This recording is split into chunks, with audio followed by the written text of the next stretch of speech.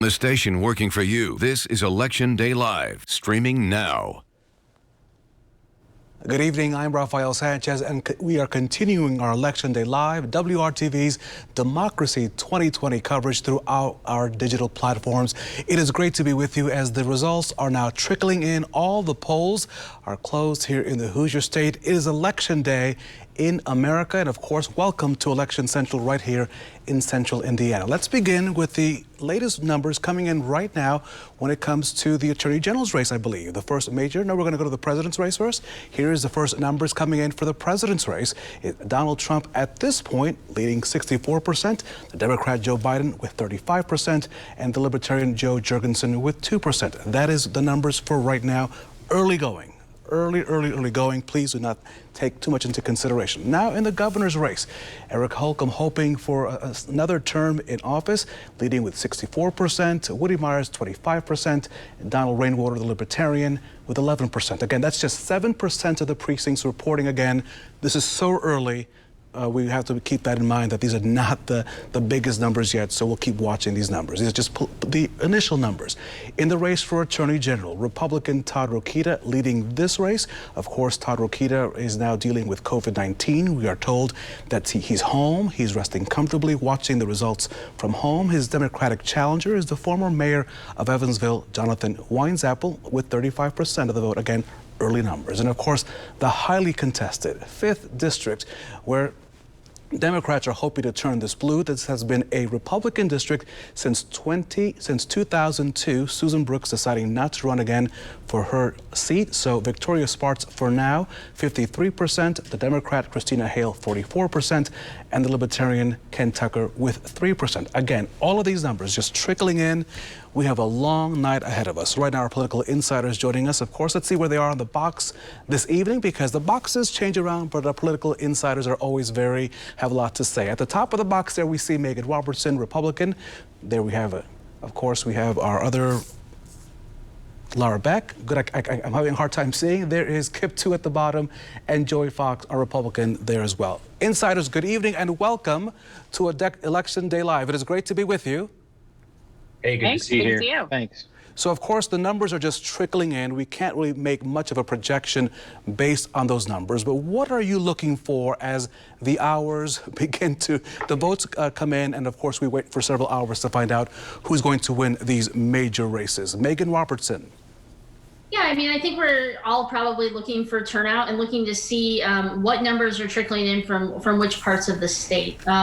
You know, as you're looking at these numbers, it's always important to kind of take into account where they're coming from. If you're getting a bunch of numbers from Lake County and Marion County and it's showing Democrats are winning in a walk, well, that just kind of shows you where the numbers are coming from. So I think those are the things that folks are going to be most interested in. Right now, those rainwater numbers, I think, are interestingly high. I think they'll probably end up being quite a bit lower. I kind of had them at 8 or 9%, but in my head, but we'll see how that shakes out.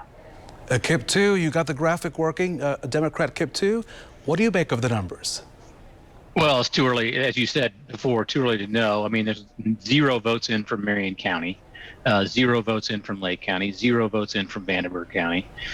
So I don't know where these are coming from, but I do know that Lake County's not even done voting. Well, they just finished 3 minutes ago.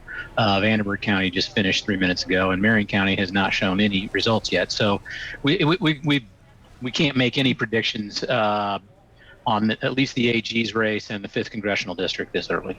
Republican Joey Fox, I must tell you that for now, Madison County reporting some issues there in LaPel and other parts of Madison County because they did not have enough machines. So we'll see what happens, of course, or how long people will be waiting in line, or they're still waiting in line. We did not have major voting issues today, but there were some sporadic issues. Of course, everyone is being encouraged to wait in line, of course, until those clerks close those offices. What do you tell people who are still waiting in line if they are still there in Madison County? Don't get out of line. You have a constitutional right to cast your ballot if you were in line, and a legal right in Indiana if you were in line by 6 p.m. Don't leave. You will be able to cast your vote, and they can't close that polling location until you do. You would ask kind of what we're looking at tonight. So I'm watching overall turnout in Marion County. We fluctuate by about 10,000 voters an election, with a high going back to 2008, around 380,000 Marion County residents voting. That slips to 360,000 in 2012 and about 370,000. I think we're already probably around 390 and probably going up from there. So kind of fitting in our 10,000 vote swings. This will certainly be a high turnout election. We're going to have to wait and see, though, kind of where that's coming from as far as new voters, different demographic groups. That we won't know that yet, but certainly keeping an eye on that. And then secondly, keeping an eye on how long it's going to take to count all the early and absentee votes in Marion County. I think there's going to be about 200 to 215,000 of those total that need to be counted at central count. So we'll need to keep an eye on that as we're looking at results. Important to keep in mind, we don't know what we don't know. When we're watching those, we don't know which votes, are those day of votes, or those votes that were cast a month ago. We just won't know that going in. So it's just important to kind of stay humble as we're looking at these results. Joey Fox, I want that saying on a T-shirt, because of course 2020 has been all about we don't know what we don't know. This has been one of those crazy years. Laura Beck, what are you looking for? Are you looking at a specific county? Are you looking at Vigo County, for example, which we are often told Vigo County gets to tell us who will win the presidency? Well, I can't say that I am schooled enough in Vigo County and Vigo County politics, so I can't even begin to understand that, really how it works. But yeah, a lot of people are going to be paying really close attention to that. I think in addition to the 5th District race, which I'm paying incredibly close attention to, as well as the Attorney General's race, I'm also going to be looking at some of these state house races, and I've got a little list here that I prepared in advance. So looking at definitely District 5, District 81, the Cindy Kirkhofer race. Joey and I were talking a little bit about this even before we went on tonight. She's a Republican county chair and has had in Marion County and has a really spirited campaign against Mitch Gore, who's been running against her. Jerry Torr is one who, I mean, those ads definitely broke through against him. So I'm watching that. And then another one that I'm going to be paying attention to is the Todd Houston race. That has really appeared to tighten in recent days. And I know we've all heard anecdotally that folks think he's going to be fine. But you're not running TV ads if you think you're going to be fine.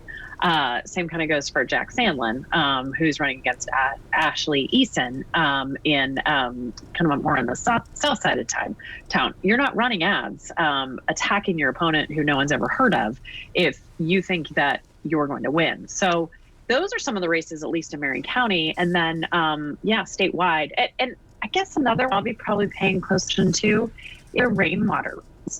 That one really is so interesting with people voting for Trump, people voting for him, and with so much early vote. Where is that going to land? So I think that'll be another one I'll watch too. Megan Roberts and Laura Beck mentioned the issue with Todd Houston, and for those who may not know, that he is the Speaker of the House after Brian Bosma decided not to return to run again. There have been some talk, of course, that he's facing a tough re-election there in Fishers. What do you make of this? He is the Speaker of the House. This should be easy going for him, but we have seen sort of a change in the Hamilton County demographics. Yeah, I mean, being Speaker of the House doesn't mean that you win elections in a walk. You've got to, you're in the district that you're in, and a leadership position in the House doesn't really have anything to do with it. I think, as we're looking at the other races that Laura mentioned, they're all kind of in the same area, right? You've got folks on kind of the northern Hamilton County, Marion County line. And similarly, on the south side of Indianapolis, there's a couple of races that folks are watching. So the common theme is that, the closer you get to Marion County, the closer these races become. And, the Speaker is in a district that is in a, kind of suburban area. And so we're seeing those races tighten up a bit. We are watching, of course, 2020 coverage here, Democracy 2020 on Election Day Live. And Kip, too, I have a question, because so many people focus, of course, on the big race, which is the presidential race. But we have to focus on the makeup there at the State House. We are looking at a legislative session that will have to face a number of issues, the pandemic, the budget, and we're also looking at a legislature that for now is super red. Do you foresee any changes in that makeup? Just to give you an idea, in the House, it's 67 Republicans, 33 Democrats tonight. And in the Senate, it's 40 Republicans and 10 senators, Democratic senators, in the Senate. Any possibility that there'll be any changes in that makeup? Well, Democrats need one more vote, one more state representative to break the supermajority, which means Republicans can't do things without them, without a caucus. So without a quorum, I'm sorry. So I think it's a critical thing to look at tonight. Democrats going into today were pretty hopeful they were going to break the supermajority. We will know sooner or later. I think it's really going to come down, believe it or not, to Indianapolis and the suburbs, whether that happens or not, particularly the 5th Congressional District. All those seats that you saw switch hands last year in the municipal elections in the north suburbs are where everybody, I think, is watching tonight. And also down, there's couple other seats in the south side of Indianapolis as well, in the House and the Senate, where people are looking for them to see whether they can break that supermajority. Joey Fox, the 5th District. $18.5 million spent by both the candidates and outside group. That is a lot of money for Democrats who are hoping to flip that seat held by Republicans since the year 2002. Is it possible that Victoria Sparks, the Republican, will be unable to hold Susan Brooks' seat? Or vice versa, will Christina Hale win the seat? Well, anything is possible, right? Where the voters have voted, and we're now going to count them. We're going to see where we end up. I think you have a lot of Republican inertia in that district. The district has been Republican for most of memory here. I think that you clearly saw healthcare polling incredibly well at the end. I think especially so. Joey, I'm going to interrupt you for a second, Joey. This is going to happen every once in a while. I'm going to use some anti-Hoosier hospitality by interrupting you while you're speaking. But the Associated Press has now reporting that Governor Eric Holcomb will get a second term as the governor of Indiana. Eric Holcomb will return as the state of Indiana's governor in January. So that is the first announcement today from the Associated Press. Joey Fox, you were talking about the 5th District. I'm going to hold you there for a second. Tell me what you think about Eric Holcomb now, of course, getting a second term. Well, this is what happens when good politics follows good policy and good leadership. Eric Holcomb has led us with a steady hand through the pandemic, has kept the budget in check, has managed the state well with some Hoosier common sense, as we tend to say in politics here. And he's also, a master tactician on the political side. And I think he's been rewarded for that by the voters, despite groveling from his right and certainly a lackluster attempt to come at him from the left. And he's victorious tonight, and I think it's a great thing for Hoosiers. You are watching Election Day live coverage here on WRTV Democracy 2020. The Associated Press also now calling in the race for president. Donald Trump has carried Indiana and its 11 electors. So Indiana will now remain red for Donald Trump. Donald Trump won the state back in 2016, again winning Indiana in 2020. What does this mean, Kip 2? Well, the margin's going to be interesting for those of us who watch very carefully about where his margin is compared to where it was 4 years ago, and it has an effect generally on down ballot races. I don't think anybody watching is too surprised that he's carried the state of Indiana. The question is, how much will he carry it by? And people have to keep in mind that Mike Pence is the vice president, and he's a hometown boy, so there's going to be some effect for Mike Pence being on that ticket. And so, obviously the governor winning re-election and Donald Trump winning in Indiana are the least surprising things that we were probably going to see this evening. I should point out that back in 2016, Donald Trump, when running against Hillary Clinton, he won 56.47% of the vote compared to Hillary Clinton, who won 37.46% of the vote. Again, as Kip just mentioned, we'll have to see when the final numbers come in what that margin is. Laura Beck, I'm wondering what you make of Eric Holcomb winning that second term. There was some sort of a scare that the Libertarians were going to be able to steal some of the votes away and maybe deny him a second term. Yeah, I mean, I think first of all, congratulations are in order to him on his reelection and on his victory, and let's hope that he can really help steer us out of this pandemic. Our cases are again at an all-time high. Hospitalizations are at an all-time high. So we really need to rely on his leadership, and I really hope he steps up in attacking this in the next few months. But I think the margin on that one will be interesting. Because it'll be fascinating to see how many votes come in that came in for rainwater, and that was a point I think earlier that I made, that I'm just really curious to see where that is, because that is, I think, less of a libertarian and more of an anti-mask and more of an pandemic. It's more of a pandemic anger, I think, is what we saw a lot there. So that to me will be really interesting to see what those numbers are. Woody Myers, the Democrat, he was just essentially chronically underfunded from the start. And whether we like it or not in politics, money really does make a difference. He had a great resume, a great background to be governor. But at the same time, in a year like this, especially when fundraising is so challenging and campaigning is so challenging, it was just an insurmountable hill I don't think he could climb. Megan Robertson, do you think in light of his victory now that the governor will be more at ease to possibly change his response to COVID-19? Of course, many have given him high grade, given him praise for the way he handled the pandemic, sticking to the science. He also extended the executive order just on Friday. But the fact that he now can push back against not only the libertarians, but also some members of the right wing of the Republican Party, does this give him some wiggle room that maybe tomorrow or the next few days he could take different steps in responding to the pandemic? Well, I mean, I think we've all seen the rumors on Facebook and other places that the day after the election, we're going back to phase one or whatever it might be. I don't think there's any, credence to any of that. I think certainly the governor's got to feel good about winning and will, take the precautions he thinks he needs to take. Is it a bit of a relief? Probably. I mean, I would assume that for anybody who's running and has somebody that's coming after them about masks and crowds out there, complaining about them, it is a relief to kind of say, look, I thought I knew where people were and I'm right about where people are. But I mean, do I expect any immediate action to occur? No. My sense is, though, that, things are going to continue going down the path that they are going down as we're going towards, cooler temperatures, more people inside, today notwithstanding, and seeing people get together for holidays and things like that. Unfortunately, that usually leads to some higher up testing and cases. And so we'll probably see some activity around that, but not because of the election. So on this election day, of course, everything is fluid. I want to reintroduce my political insiders.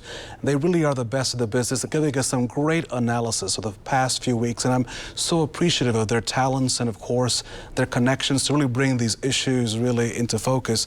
At the top row there of the Brady Bunch box, as we called it earlier today, you have Megan Robertson and Laura Beck. Megan, a Republican, Laura Beck, a Democrat. At the bottom there of our Brady Bunch box, of course, Kip 2, a Democrat. Oh, thank you, Joy Fox, for looking up. Our Republican. We have some more numbers coming in. Let's check these out to see how we're doing this evening. This is in the race for Attorney General. Todd Rokita at this point with only 13% of the votes tabulated coming in, leading with 64% to Jonathan Weinzapple at 36%.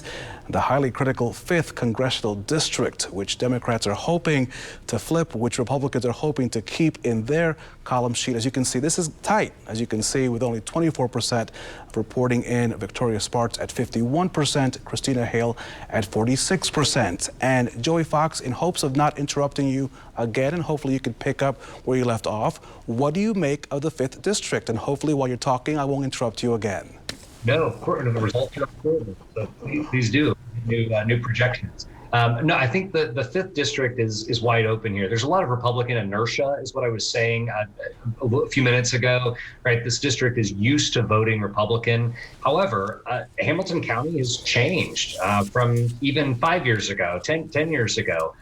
You've had a lot of people move there that are more progressive, more liberal, more moderate, even, and it's just changing the electoral makeup there. However, the fifth, we've focused so much on kind of those northern suburbs, that northern third of Marion County, and then up into really what is southern and central Hamilton County.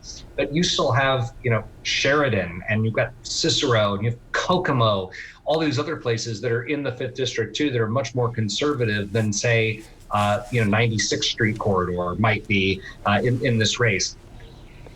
It becomes almost a joke to say it's going to come down to turnout. There's an old SNL skit, I think, about them doing football commentary and saying, well, I really think that the team that gets the ball across the most times is going to win this game.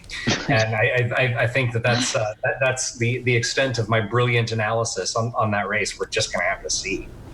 Raphael, do you care if I jump in there? I had a question. I was just going to say something. I didn't mean to cut Kipper off, but wouldn't be the first time. As we're looking at that district, as we're looking at that district, that is one of those districts I think that is really ripe for flipping. And that's been the strategy, the Democratic Congressional Campaign Committee, the DCCC, all along. I mean, they are targeting districts that, like this one in 2018, voted for Joe Donnelly, where you've got higher rates of education, you've got a lot of women. And so what you may be seeing here, and what all of us have heard, anecdotally, is folks who are maybe going in and voting for Biden, Holcomb, and then Hale. So you may be seeing some crossover votes in that area. And because women have been so critical to that strategy, it does not surprise me that that it has got so much attention and so much funding. That said, we may, because of those northern parts of Hamilton County that Joey referred to, we may see that push-pull tonight. We may see those numbers go back and forth tonight. It certainly, this is not for the faint of heart. I can certainly tell you that. And of course, it's still early. Kip, too, your thoughts on the 5th District. Again, at this point, Victoria Sparks leading, but of course, only 24% of the vote is in. Christina Hill, the Democrat, is lagging behind just by a little bit. Well, I think this is going to go late into the evening before we know who's going to win that, if we know at all this evening. Marion County obviously is Marion and Hamilton County have the lion's share of the votes in this district. I expect it to be very close at the end. We've expected it to be very close the entire election, so it's no surprise that it's going to be here this evening. But we'll know a lot more when we know what happens in Marion County here. As I indicated, I think a little earlier, 1 year ago, Democrats turned over every north side city council district, went from Republican to Democrat. They were reliably Republican seats up until that point. So, Kip, not to interrupt you, but while you were talking, Christina Hill has now taken over the lead at 52% and Victoria Sparks at 45%. We are now beginning to see the seesaw in this election process. We will continue to get whiplash as we watch these results. Megan Robertson, I have a question for you, and Kip didn't mean to cut you off, but I'm going to do what my good friend Laura Beck did. Just cut you off. I'm going to go to Megan Robertson. Megan, I want to ask you a question. So I'm surprised that considering just the large, huge, unbelievable amount of votes that we saw for this election, the record amount of votes, that we already are able to call an election like for governor. As someone who has worked in a campaign, is that strange to you, or is that curious to you? Because I thought we were going to be waiting much longer to find out exactly how these candidates did. It's not strange, I don't think, in that particular race for governor. As you're looking at it, you're looking at, the numbers that are coming in, where you're expecting big numbers to come in, but also just in looking at the campaigns and what's been done, it just seems odd to me that they wouldn't call it quickly, frankly, because the Myers campaign really never got off of the ground. And unless, when you're looking at some of these locations, you start seeing that the Libertarian is pulling in 30% or 20%, you can kind of tell that things are going to go as expected, which is Governor Holcomb winning by a large margin and kind of moving forward throughout the rest of the night. Kip, too, do you still believe that health care drove people to the polls today? Or was it the economy? Was it the fear of the pandemic overall? What do you think drove people, Hoosiers, drove us in totality to the polls? Well, it's presidential election year, and people do tend to pay attention to politics more closely when it's a presidential year. That was part of it. If we have historic turnout, I think part of it will be because of the pandemic and healthcare, which I think those two are obviously interrelated by a great degree. So I think it's a combination of those things, and there's really strong feelings on both sides about President Trump, and I think that's driving people to the polls. Joey Fox? Yeah, I still think that the pandemic is the top issue. I think that people are voting based on where they want to see the country go with this, right? And I think that's going to be very different depending on where you are. The federal leadership or lack thereof on the pandemic has manifested itself differently, kind of depending on where you live. Sometimes even down to the county, right? Depending on your state and local leaders. Where you are. So I think perceptions could even be skewed, right, for how well or how poorly the pandemic is being managed. I think once you get through that, everything else still is connected, whether you're talking about healthcare, you're talking about the economy, even to some degree. I think there's a very small number of national security and foreign policy voters that you could even connect all of them to where we are on the pandemic. I mean, it's the issue that you cannot escape. It's why the Trump campaign spent the last several weeks talking about everything but COVID, right? And why the Biden campaign, frankly, focused on leadership related to the pandemic. So I don't think it's any great mystery here what the top issues are. You saw it by strategy of the major national campaigns. Our political insiders of this Election Day Live as WRTV continues our Democracy 2020 coverage on all of our platforms. And Laura Beck, how much will women in the suburbs make in this election cycle? We have yet to see the breakdown yet. Nationally, I just saw a number from CNN and Fox showing that more women were voting than men. Will women be the ones of really making the decision, no matter what district or race, during this election cycle? Yeah, absolutely. I really do. I think women are, and I think we also can't discount Black women. I think that we have an opportunity as well to make history with the first woman vice president. And that's kind of gotten lost, really, when you think about it, in all of this discussion, that we're on the cusp of making history in that way. But yeah, I really do. I think women they're incredibly motivated. They're incredibly frustrated. I have a good friend who we have joked all along that we were going to crawl over glass to vote against Donald Trump. And on Thursday afternoon, she sent me a text and said, well, I didn't have to crawl over glass, but I, froze the entire, 3 hours I stood to early vote. But when you look at it too, and I don't want to distill it down to kitchen table issues, but when you look at it too, women are making the decisions on healthcare. Women are the ones who, I'm sure Kip and Joey are the exceptions here, but they're managing their kids who have had to be virtual learning, right? They're the ones who often, along with their husbands or their spouses or their partners or their wives, they're also managing the caregiving for older relatives who are essentially locked down. And then they're also, one of the ways too women have really been impacted, I don't want to be too doom and gloomy here, but I'm going to go there. All of the data shows that women are the ones who are stepping out of the workforce and we are not likely going to recover for generations from where we were because of this pandemic. So yeah, when we talk about women, I think they're incredibly motivated to vote. And then I also think that women who are African American and people of color, they're also really motivated to vote too, because it's been 4 years of Donald Trump, and it's been incredibly hard on all of their families. So I think I answered your question, I hope. Well, I think you also walked on glass. I hope you're okay after doing all that, Laura Beck. I did. I crawled across glass in the Warren Township parking lot, government center parking lot. Megan Robertson. Yeah, I mean, absolutely. I think women are going to play a big role in these races and are going to be a huge reason they go one way or another. I do think that all these issues impact women. In a lot of ways, and sometimes we're seeing where women are actually across the country. When it comes time to somebody's got to stay home and watch the kids.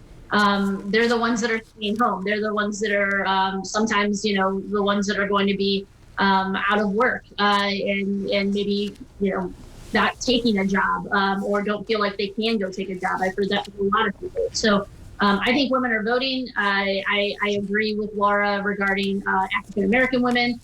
Saw a lot of folks stroll into the poll, a lot of AKAs representing, and I think absolutely going to be a thing in the presidential election for sure. As we look at the congressional map in Indiana, of course, we at this point just have two Democrats, one, of course, being Andre Carson, who represents the 7th District, and up north, if maybe Frank Mervyn wins the 1st Congressional District seat that was held by Pete Witkowski, that would be the other. But do we see any other potential upsets tonight? Or do we believe, Joey Fox, that most of the state will remain a 7-2 congressional district? Assuming that, of course, we're all watching the 5th district to see how that turns out, but how will that shape up? So hold the 5th out for just a moment for further analysis, but I think the rest of the congressional districts stay controlled by the party that currently controls them. There just aren't serious challenges, unfortunately, in the case of Andre Carson, from my perspective. I'm sure Laura and Kip would disagree, but there aren't serious challenges to be. Well, you guys draw the maps, Joey. So that are running. So those stay the same. The 5th is where it's at. I mean, the Democratic Party has had the 5th congressional district in its sights with probably 4 to 6 others, right, for the last couple of years. They recruited a quality candidate in Christina Hale to run. They knew she would run hard.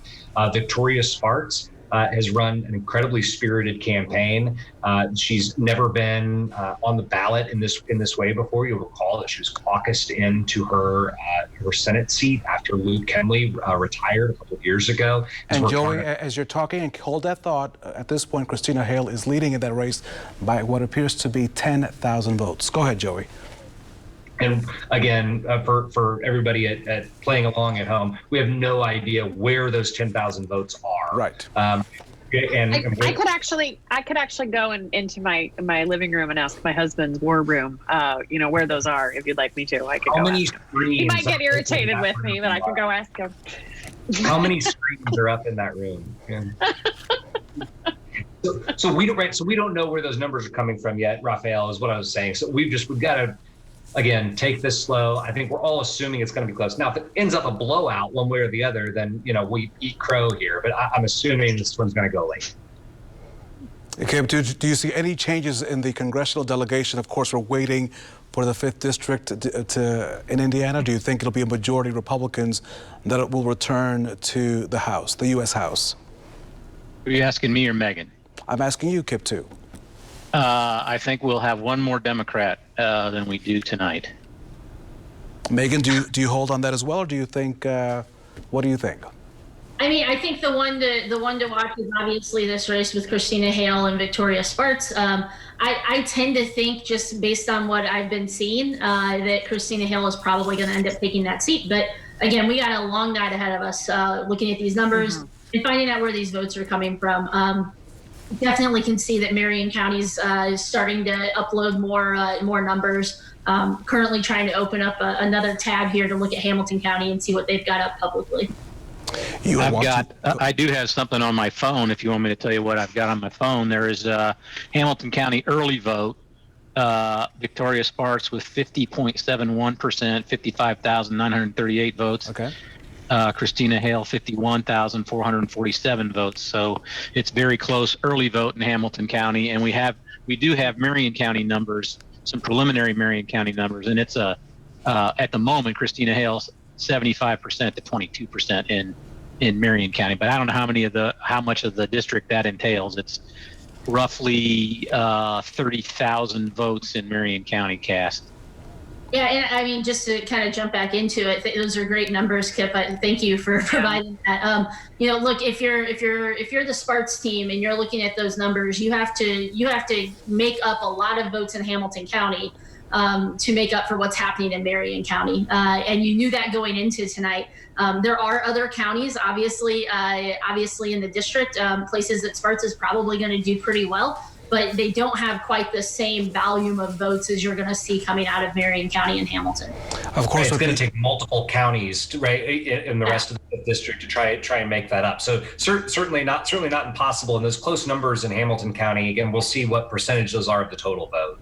And of course, with the voting centers in Marion County, it makes it much more harder to really figure out which precinct, is the one voting for these candidates. And we talked about this before, and I'm just wondering, as we take a look at this election process, and of course, we are just a couple of hours away from the polls closing, do you think in the future elections, we will either have more voting centers, or how will we change voting practices because of what we've seen during this pandemic? Kip, too, you were all fired up because obviously you felt that the Republicans did not have enough, did not allow for enough voting centers. Of course, my good friend Joey Fox countered that argument. I'll let you folks figure that out. But do you think we'll see a different way of voting as we move forward in the years to come? Well, I hope what we see is that we allow people as many options to vote as we can afford as a city. Because the right to vote is fundamental to our democracy, and it ought to be protected, and it ought to be encouraged, and it ought to make as much access as we can, and that means having more early vote centers. I mean, or satellite centers as we call them. Those long lines over the last 3 weeks shouldn't have occurred. There should have been more polling sites open, in my view. Today we saw some long lines, but it was a bad distribution, I think, of voters, because there are plenty of places inside Marion County that didn't have very long lines at all. People were getting in and out in 10 minutes, which is really what your experience ought to be on Election Day. Joey Fox. So I think when you're looking at options to vote, and I think Kip brings up a couple points that you've got to break down a little bit here. Long lines for early voting this time, right? The entire world was encouraging early voting, right? Because of the pandemic. You saw in one day you would have 5 or 6 times the amount of early voters that you saw in any previous election. Certainly 2016. There's only so many sites, right? They had to be prepared for social distancing, right? All that. So even in places where they selected for parking, like the Perry Township Government Center, ended up just being completely inadequate as people were wrapped around Madison Avenue, right, looking for parking and standing, trying to vote. What I think we have to do is look at things that we can staff appropriately, that we can secure, that we can afford. And then, right, we can start working through this process. For Election Day, I think you're seeing that people are creatures of habit. People will still want to go to their home polling location, even though they don't have to anymore. We're already a couple cycles into vote centers here. It's going to take a while to encourage people to get on their phone and say, oh, hey, Garfield Park is packed. Let me go over to St. Roch Church and vote instead because the line is shorter. It's gonna take a while, but we need to remember that this was completely unprecedented. I'm not sure what number of sites could have handled 6 times the amount of turnout, and that I'm just not sure that any professional election official was expecting. Before we move on, the Associated Press now reporting that in the 3rd Congressional District, which represents a major portion of Fort Wayne, which of course is the state's 2nd largest city, Jim Banks, the Republican, is returning to Congress. Laura Beck, your thoughts on the expansion of or the changes, any possible changes in early voting in the years to come in light of what we've seen during this pandemic? I love that you asked me that question right as I took a big gulp of water. I wanted you to be hydrated and to be quenched to give us the best answer you could think of, because we have no idea what's in that container. It's straight water. At least I was going to say, at least my dog left the room. At one point she came in and did like a loop around me. So, expect to see her later. Yeah, I mean, I think on the early vote piece, if there is one thing that is a huge takeaway from this election, it is that we need to have more places for people to vote. And saying that we don't have enough people to work the polls, I think is actually going to be obsolete, because we have seen so much engagement from younger voters and from, frankly, regular people who have gotten involved, that I think we're going to see a lot more folks stepping up and being a part of the system and being a part of that. We are the state's largest county, so I don't know why Hamilton County, which is smaller than us, has more vote centers and more places to early vote, and we have less. But I think also too, what likely has to happen is that there needs to be some grassroots support and some grassroots work that goes into making these changes. We have seen this year particularly just a reawakening and a reckoning about equality and fairness and parity. And that really speaks to the voting process. There are a lot of people who took the day off of work and didn't get paid whatever they make an hour to go stand in line. And a lot of them went and stood in line because they're afraid they're going to get COVID showing up on election day. So we've got to be really mindful of that. And I think we're going to see some change, but I think it's going to come from the grassroots level, because I really think that some of the folks in charge, not to sound like Donald Rainwater, but some of the folks in charge don't really want you to know how it all works. You know, we'll put a public posting out, but oh geez, we may not want you to show up. And I think we're going to have a lot of people show up. Megan Robertson. I mean, I will dig into that a little bit, Laura, that you're mentioning about folks not wanting people to know how this works. I mean, here's what I will say. You know, there was a plan presented in that election board meeting, and it was approved. If they wanted to present an option with more locations, that should have been presented, and then if somebody wanted to vote against it, as folks believe maybe they would have been put in a position to make that vote. I don't think it's really fair to say that somebody would have voted one way or another. We can all think what we want to think, but I do think they should have put together a more aggressive plan if people felt like that should happen. Now, a lot of times people try to go with a consensus option that they know is just going to pass, and that's fine. I don't think that's what should have been done in this case. But I also am going to say that I think we should have no-fault absentee voting. I think people should have been able to vote by mail. There are people who showed up at the polls who, frankly, for health reasons, probably shouldn't have, right? And took a risk that frankly, they shouldn't have had to take. There's a reason Indiana has traditionally, incredibly low turnout compared to pretty much every place else in the country. And that's because a lot of other places make it easier to vote. And it's also because a lot of our races are just not as competitive as they could or should be based on the way the districts are drawn. That's going to drive down voter participation. We should want more people to participate, and we should make it easier for people to participate. But I am not going to totally buy into the idea that, the Marion County Democrats wanted more locations, but the Republicans wouldn't give it to them. They didn't ask, and they could have made it where it was a public vote if they really wanted to do it, really wanted to call that out. You were hearing some of the well, best. next time we'll try to embarrass you, because I mean the fact of the matter is there was a deal cut behind the scenes because Democrats didn't want to embarrass Republicans. So I guess the word tonight is the Republicans want us to embarrass them the next time. I think it's a fair thing to put forward a proposal and then criticize somebody for not voting. I don't think Fair it's enough. to later say, well, we wanted this, but we knew we wouldn't get it, so we didn't propose it. I kind of call that's not okay. They are the best of the business, that they give us their insight unfettered, and they say it like it is. You're watching, of course, our Political Insiders on this Election Day Live. This has been, of course, this is the year of the pandemic. It has been a year of protests. It is also a year of politics. This morning, as I get up at 11, the one thing that I was very hopeful of was the fact that people were still voting, and we have seen record amounts of people engaging the system. So what do you all say just about the fact that people, at the very least, decided to, for the last several weeks and today, to get up and say, listen, I have something to say, and I'm going to do it the best democratic way possible. I'm going to go to the polls, and I'm going to pick somebody. Megan Robertson.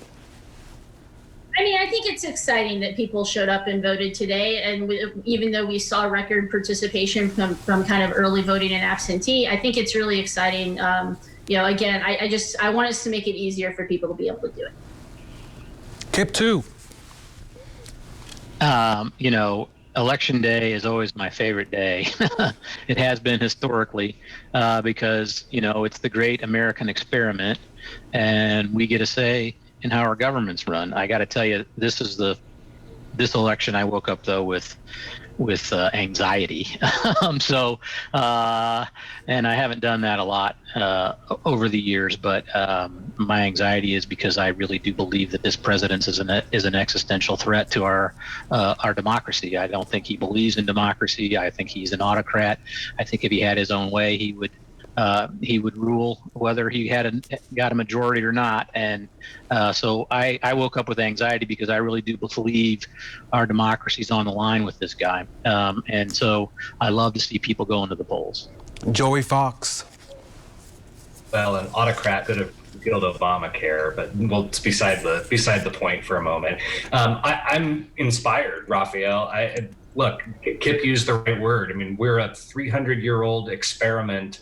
In multi-millions of years of human history, it took the last 300 for us to see if we could govern ourselves. And we're still trying this out. And it's really awesome to see fellow citizens coming out, participating in that. I took my daughter with me to vote today and had her help put the ballot in the machine. I saw a lot of kids. They're actually at the Bankers Life Fieldhouse where I voted today. I think it's exciting. I think it's great. We've got to keep people engaged. I think what you're seeing, in addition to the voting procedurally and some of those issues we've talked about, is that competitive races drive turnout, and interesting races drive turnout. People believe that their voice matters when a race is competitive, and that's what you're seeing. Laura Beck. Oh, I think I think watching the democratic process in action it's really inspiring. And as Kip said, and Joey said, it is an experiment. I'm thinking about all of the people who don't have hope, and over the years have thought that their vote didn't matter and their vote didn't count. And clearly, based on the number of people who early voted, the number of people who came out and voted today, I mean, it was really a season as opposed to election day. They feel like they have a voice and they have a say. And what I love about it is it doesn't matter who you are, it doesn't matter where you live, it doesn't matter how much money you make, what color of your skin. Your vote matters the same as everyone else's.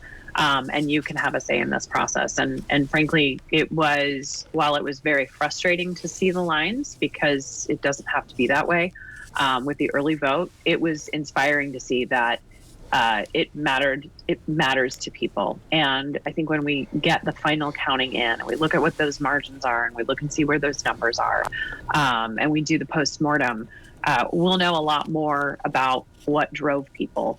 But I think the pandemic definitely is something that got people out of their homes, out of their comfort zones, and a lot of people took a risk by going to the polls, and that says something about who we are as a country. I appreciate the four of you, because though you may not always agree and that you may on occasion jab each other, all four of you are always so classy. I want to say this, you are classy on television. Even online, you're classy, you're poignant, and you're clear, and I do appreciate that, because so often we just forget in our country sometimes that we can all have different opinions and we can agree to disagree and still be friends at the end of the day. I want to continue our live coverage this evening here on Election Live here on WRTV with the latest results as they're coming in.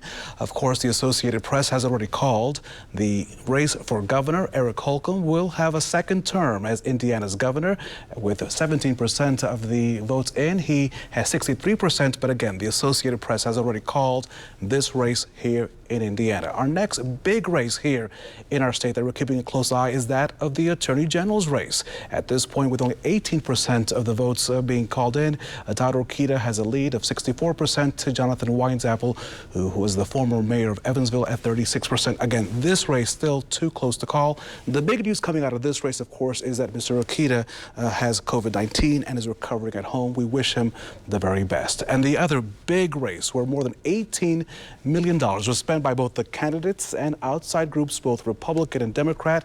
Democrats hoping to flip the seat, Republicans hoping to keep the seat at this point, with 33% of the precincts voting in, and we don't know which precincts they may be, whether in Hamilton County or Marion County. The 5th District is a big district which really spreads from the urban to the rural.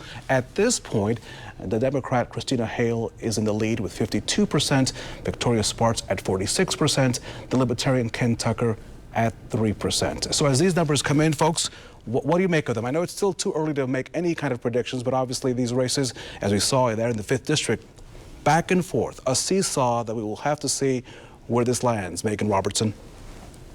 Yeah, again, it's incredibly early. I think we're all hitting right now, hitting refresh on all of our various screens and tabs. I can see Kip's doing it. I've been doing the whole night. And look, we're just trying to get as much information as we can to again know where these votes are coming from. It doesn't matter unless you know where the votes are coming from. And so that's what we're all trying to figure out right now. And we'll be staying up late watching all of it. Laura Beck. Yeah, I agree too. I mean, I've been refreshing the Marion County Clerk's website, and it still is 20 vote centers reporting. So, I think Megan's right. We just don't know. I think the hardest part is when you are on a campaign or you are the loved one of someone who is running for office. This is when it's really hard because sometimes I've known folks who've just turned off the television and taken a step away because it's kind of same with the national. I've been sort of just scrolling through Twitter as we're talking. It's you're just getting a brief snapshot. You're not really getting the full picture. So this is the time, as I said earlier, to take a deep breath, go walk your dog, have a bowl of ice cream, maybe check out something on Netflix. All not right, to promote Netflix. Party at Laura It's gonna take a while. We're all going to Laura Bex's house right. for a party, socially distanced, of course. Joey Fox, you reminded us a couple of weeks ago that there was nothing nefarious with being patient. There's nothing wrong with the votes, that this is going to be a long night. And you told us, hey, on Tuesday night, just take it easy because it's going to be a long one. You still hold to that? I do. So I'll break down and get a little nerdy for a second for the folks that are kind of playing along at home. So we're going to have, for argument's sake, let's say we're going to have about 390-ish thousand total votes in Marion County. Here's the things you're not going to know. You're not going to know which of the uploaded votes, when you, as a member of the public and all of us, go click on the clerk's website, you're not going to know how many of those are day of votes. You're not going to know how many are early votes or absentee votes. You're not going to know which precincts they came from or whether or not those precincts are now complete. So if you're a down ballot race, if you're running a state rep race, or if you're running a state senate race, you are going to be absolutely clueless about your vote totals until pretty much everything is in and you start to understand margin. So you're not going to know a bunch of stuff. The clerk's office will be uploading. They just started today, of course, by Indiana law, opening those early and absentee ballots and tabulating them. There's about 200 to 215,000 of them. Let's say they can count 50 to 80,000 in a day. Well, that still leaves a lot to go tomorrow. There's people who are going to be there at 8, 9 o'clock in the morning to keep counting. This is going to be a process. Everybody just hold tight. Kip 2. And by the way, Joey Fox, from one nerd to the other, I appreciate the analysis. Kip 2. I'm sorry, I was looking at results. What do you want me to react to? I apologize. My brilliant analysis. Just the fact, Kip, that we just have to wait, right? Here we are winging it this hour, seeing numbers that until the Associated Press calls a race because they have some way of looking at the metrics. And at this point, really, we have no idea what we're talking about. And we're just going to have to wait till sometime later this week to find out who wins what. That's what we're talking about. Well, I think we might have a pretty good idea tonight in some races. I'm hoping that in some of the state house races we'll have a pretty good idea this evening. But Joey's right about we have an unprecedented number of early vote that need to be counted. I do think that they made quite a dent in those today because they had a big volunteer contingent there. I was there for a couple of hours myself. They were churning through them pretty fast, but 200,000 votes, you have to open every envelope and 2 people have to look at them before they can go through the machine. It is an arduous process, and so it is going to take some time. But the question is, if they did the top 3 townships first, then we'll know what we need to know for the 5th Congressional District. If they indeed did that. Guys, I want to wrap up our conversation really quick. This morning, I had a chance to talk to a professor at UIndy, and I mentioned to him that as I was driving into work, I was jamming to Hamilton, the musical. In particular, the one song that really caught my attention for the title track that says, "History Has Its Eyes on You." And that song is when George Washington is leaving office, and that character sings that song. And we're reminded that history is watching, and all of us how we do our thing. So I'm just wondering, as we wrap up tonight, how do you think what will history say about 5 years from now? Megan Robertson. I think history will say, what a wild time. Just absolute crazy time to be alive. I've thought several times that, like, I just watched Hamilton today, actually, as a way to kind of get my mind off of things, and thought, man, we're also living in a time where history is being made.